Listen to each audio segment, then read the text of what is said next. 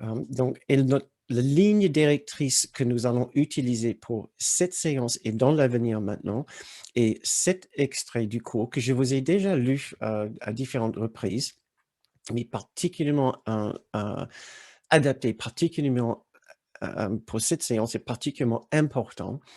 Voilà qui vient du chapitre 15, mais tous les extraits que je vous lis ce soir, je vais mettre dans le descriptif de la vidéo. Ne vous en faites pas pour ça, n'essayez pas de les noter. Je vais vous lire. La condition nécessaire de l'instant saint. L'instant saint, c'est l'instant où nous reconnaissons, nous avons l'opportunité de reconnaître la pureté en nous, la sainteté en nous, la divinité en nous, euh, la, notre- la vérité de notre être pur et associé et identifié avec Dieu et l'unité parfaite. L'instant saint est notre objectif, c'est de vivre une série d'instants saints dans lesquels nous avons l'opportunité de nous souvenir de notre réalité dans l'unité, de ce que nous sommes dans cette unité parfaite. Donc, c'est ce qu'un cours miracle appelle l'instant saint.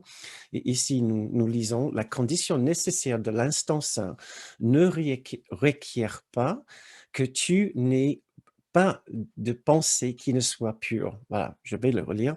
La condition nécessaire de l'instant saint ne requiert pas que tu n'aies pas de pensée qui ne soit pure. C'est une phrase tellement importante, qui semble peut-être simple, mais elle peut avoir un tel impact sur nous, sur toute notre pratique et toute notre façon d'approcher notre chemin et notre rapport avec nos difficultés. Ici, on est en train de nous dire, pour venir à cet instant exceptionnel où nous allons faire une rencontre avec la divinité, avec la perfection, avec l'unité, avec notre propre sainteté, on ne nous demande pas d'être pur. On ne nous demande pas déjà être pur pour pouvoir accéder à cet endroit. On peut avoir des pensées impures. Et pensée impure, il faut pas en faire une grande histoire, c'est simplement une pensée négative. Une pensée de dérangement, de manque, de besoin, de jalousie,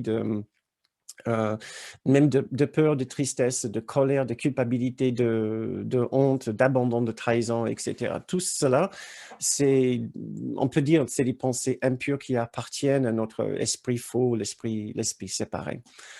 Donc, nous devons nous réjouir vraiment à l'écoute de cette idée-là. Il nous dit, vous pouvez avoir des pensées impures.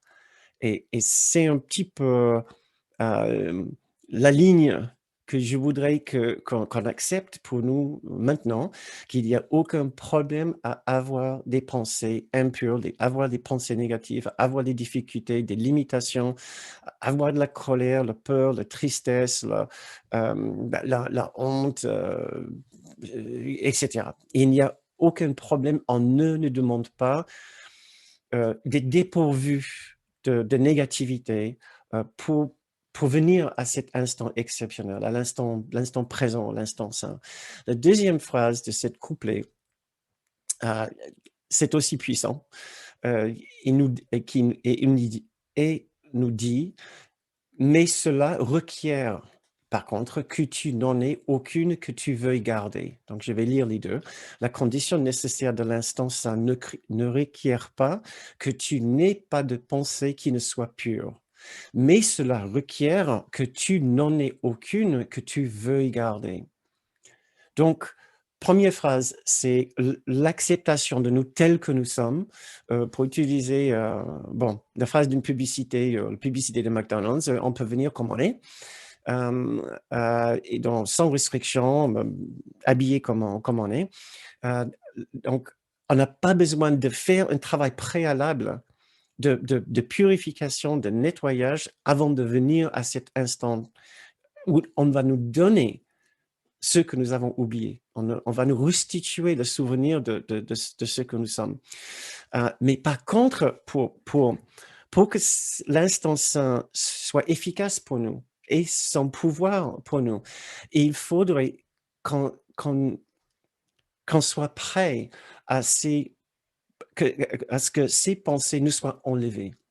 Il faut qu'on soit disposé, à ne plus les garder. Voilà. Il ne faut plus qu'on soit attaché à ces pensées de négativité, à ces pensées de culpabilité, honte, colère, peur, tristesse et cetera, pour que l'instant sain soit efficace pour nous, que ça marche pour nous, pour le basculement, heu vers l'esprit juste, marche pour nous, pour que le miracle ait lieu. Le miracle n'est nul autre simplement que le basculement en dehors du système de pensée de l'ego vers de la séparation, dans la pensée le système de pensée du Saint-Esprit, de l'esprit juste et de l'unité, voilà.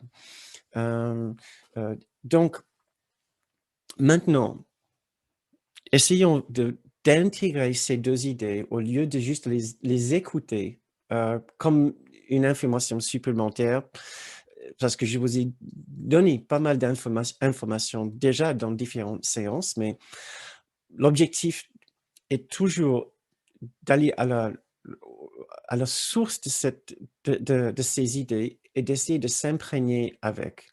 Donc tout d'abord, essayez de ressentir qu'il n'y a aucune question ici d'être dépourvu de vos limitations et de vos difficultés avant de venir à cet instant de guérison. Toute l'idée de la guérison, c'est de nous aider avec nos limitations.